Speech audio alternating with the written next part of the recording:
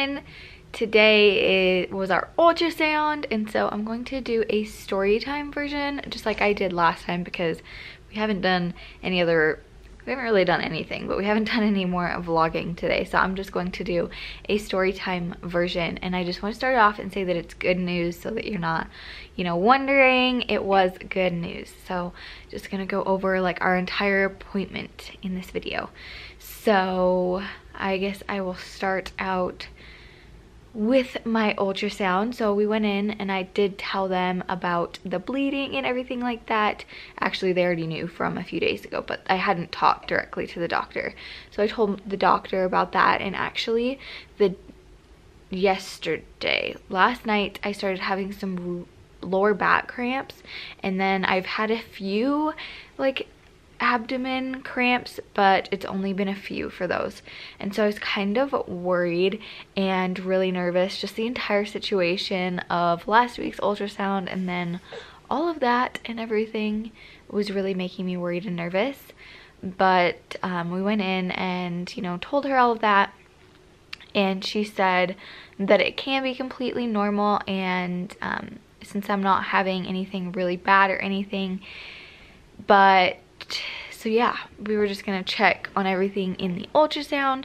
So the ultrasound went great. We actually did get a picture today because we were on one of the older machines that does have a printer, and I didn't even know that they had this older machine. I would have requested it last time because I don't think that it's often used because it is the older machine, but it does the same thing and it prints, and that's important for me. Are you okay?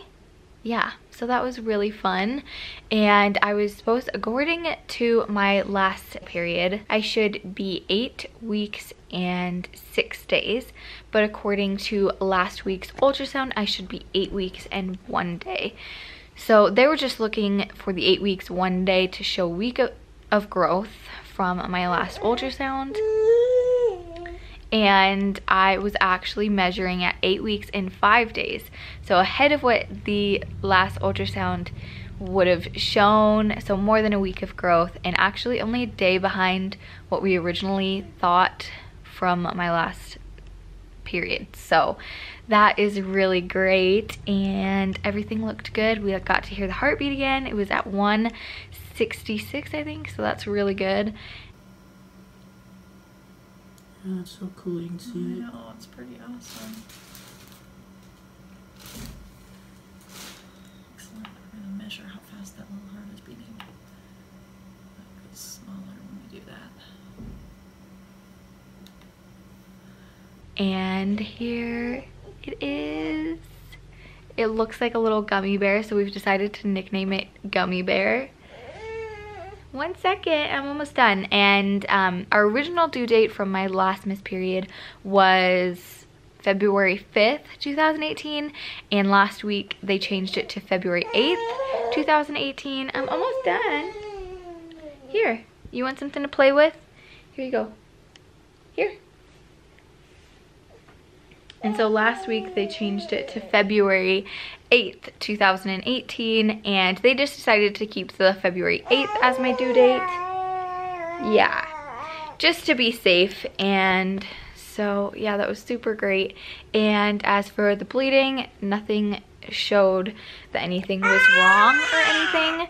So she said that it could be normal, which apparently some women bleed their entire pregnancy, which would not be fun. I really hope that I'm not one of those.